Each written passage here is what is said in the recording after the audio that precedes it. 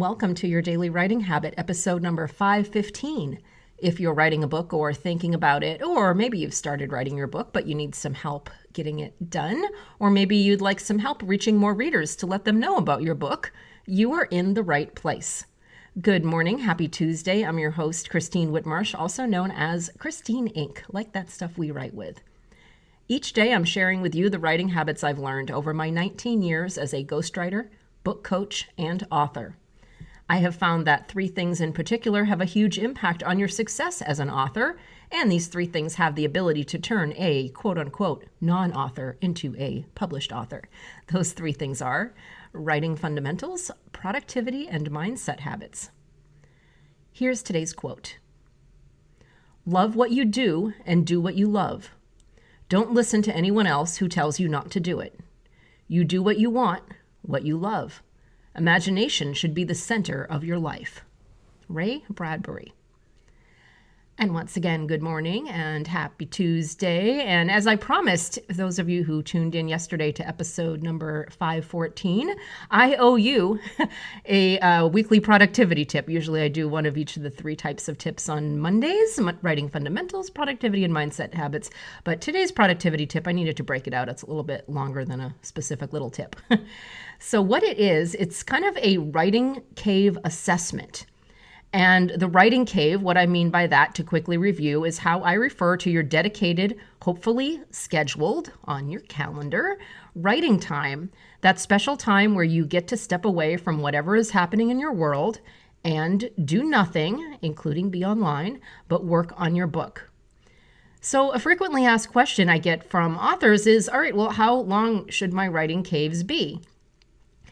And, ideally, because they're, they ask me when they say ideally, because typically they're as long as your schedule will permit. But what if your schedule is flexible? How long should your writing cave be? Chances are you might be scheduling your writing caves based on how long you think it will take for you to finish a chapter, or how long you think it should take for you to write every day, or whatever writing goal you've set for yourself for that time. But wouldn't it be nice to know how much time is the optimal amount of time for you?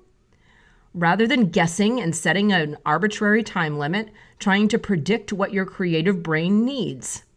So if you have the time, and I know, but if you can possibly ever, you just need to do this once. Find a day with a decent chunk of time where nothing is scheduled for at least half the day or so. And here's an experiment to really understand how your creative brain works once you find this large chunk of time, I hope. As a writer, I think this is important information to understand your creative process rather than guessing or imitating what you think the correct writing process is. So here's what to do with that time. Allow yourself as much time as possible. Be offline, of course. No thing beeping and buzzing and all those things that disrupt our writing process. No alarms set, any appointments, anything like that. Give yourself all the time that you possibly can to ease yourself into the writing flow, and note how long that takes, how long it takes for you to get into the zone, just without rushing yourself or trying to, I have to, get to that chapter really quickly because I only have 2 hours in my writing cave and da-da-da-da. See how much time it actually takes for you to get into the zone, whether this means taking a walk, other exercise, meditating, deep breathing, see how long it actually takes for you to kind of settle into that state of consciousness that is writing. And allow yourself to brainstorm and visualize and sketch out what you're going to write that day, where you plan on taking your chapter or scene or whatever you're writing. Then take all the time you need to write as opposed to having a cutoff time. Take the time you need to write and also to leave yourself at a good stopping point so you can come back into the manuscript, and then give yourself the time to gently exit the writing cave, again, without rushing. So why is this valuable? Because if you know your quote-unquote ideal process, perhaps you can better tailor a writing cave that works for you, that really produces maximum productivity and efficiency for you. So if, say, you do this writing cave assessment and find out that you really do need at least 4 hours to get any real work done, to be able to get into the zone, do all the writing that you want to do, and then really ease out of it. But say you find out with this assessment that you need 4 hours, but here you've been trying and unsuccessfully to force 1 hour daily writing caves. Well, that could be why forcing the 1 hour daily writing caves didn't work. Maybe you need 4 hours once a week or 8 hours once a month. It depends on what your process is. That's why this assessment is so important, because, assessments can be valuable in helping you create better strategies and take more efficient action.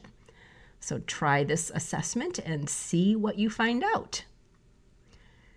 Thank you for joining me here on Your Daily Writing Habit, where I am helping you write and finish writing an awesome book.